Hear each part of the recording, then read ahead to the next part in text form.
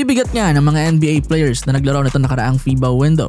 At ngayong fourth window pa, mas titindi pa kaya? With Victor Wembanyama na sa France, tadtad muli ng NBAers ng Canada, Nikola Jokic sa Serbia at iba pa.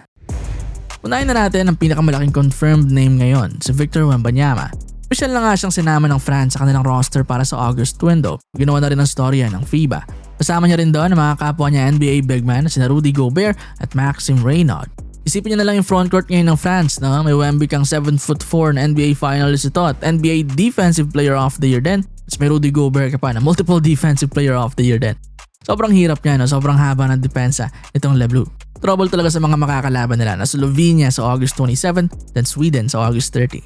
Yun nga lang, dun sa Slovenia, wala si Luka Doncic nito dahil alam naman natin yung nangyari sa health niya at problema sa personal life. Kaya sayang, hindi ito magiging Wemby versus Luka. Pero still, kaabang-abang pa rin naman yung pagbabalik ni Victor sa kanilang national team since nung huling Olympics. Sunod dito, ang Canada. Sa official summer roster nga nila na ginawa para sa third and fourth window, 12 NBA players nga nakalista ron. Pinangungunahan niyan syempre na reigning NBA MVP Shai Gilgeous-Alexander. Kasama niya rin si RJ Barrett, Dillon Brooks, Lu Dort, Andrew at Ryan Nembhard, Nickeil Alexander-Walker, Benedict Mathurin at marami pang iba. Pero importanteng linawin na summer pool yan, hindi ibig sabihin lahat silang 12 maglalaro. Pero still kahit kalahati lang dyan yung mga kompleto, no doubt NBA level pa rin ang magiging core na itong Canada. At napatunayan nga nila yun ng third window, 7 NBA players kasi ang lumaro mula sa pool.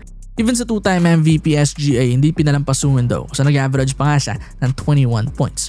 Si Andrew Nembhard, ito big time din, 20 points a game, then si Dillon Brooks, 17 points naman. Ang lakas talaga na itong Canada, no? At ang lalim din. Even mga non-NBA players kaya nila laban. Pero hindi lang din Canada ang nagpasikat noong nakaraang window. Ang Serbia, si 3-time NBA MVP Nikola Jokic naman ang pinarada. Na halos triple-double naman ang ginawa sa dalawang laro nila. 21 points, 12 rebounds at 9 assists na average.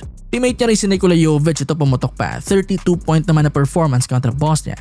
Badly needed talaga na itong Serbia ang help mula sa mga NBA players nila dahil hindi pa nga komportable yung kanilang spot sa standing sa second round. Top 3 lang kasi ang papasok sa World Cup kaya kayo din talaga. Kaya sa fourth window, ayon sa reports, kung wala maging problema, lalaro pa rin yung mga NBA players nila. Even sa Bogdan Bogdanovic ay inaasahang lalaro na rin based sa reports after hindi makasalin ito nakaraan. Iba pang kilalang NBA players ng third window, si Lauri Markkanen naman naglaro para sa Finland, Alperen Sengun para sa Turkey, sa France si Rudy Gobert, Zachary Shai at Bilal Coulibaly, Ivica Zubac para sa Croatia at Dennis Schroeder naman para sa Germany. Sa FIBA Americas naman, hindi lang Canada yung may NBA talent. Si VJ Edgecombe dumali yan para sa Bahamas, 22.7 rebounds at 4.5 steals a game. Nakasama niya rin nun si Buddy Hield.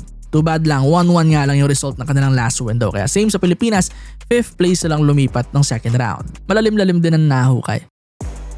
Pero yan, antindi talaga kapag off-season na ng NBA. Kahit qualifiers lang, ang daming big names na naglalaro sa kanilang bansa.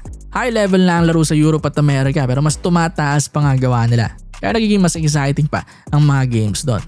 Ilan pang mga hindi natin nabanggit, sina Pelle Larsson ng Sweden, Luka Garza sa Bosnia, Valanciunas at Buzelis sa Lithuania, sa Asia si Young Hansen naglaro rin. Tapos si Tyrese Proctor, pinakalaban naman natin versus Australia. Dami talaga.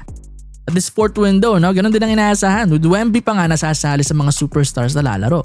Marami kasi talaga sa kanila gusto mag-qualify at maglaro sa World Cup. Kaya kung pasok naman sa schedule at healthy naman sila, itutulong talaga itong mga to para isemento ang pwesto nila sa groups para nga makapasok. May iba naman sumusubok kumabol like itong Bahamas at iba pang mga teams.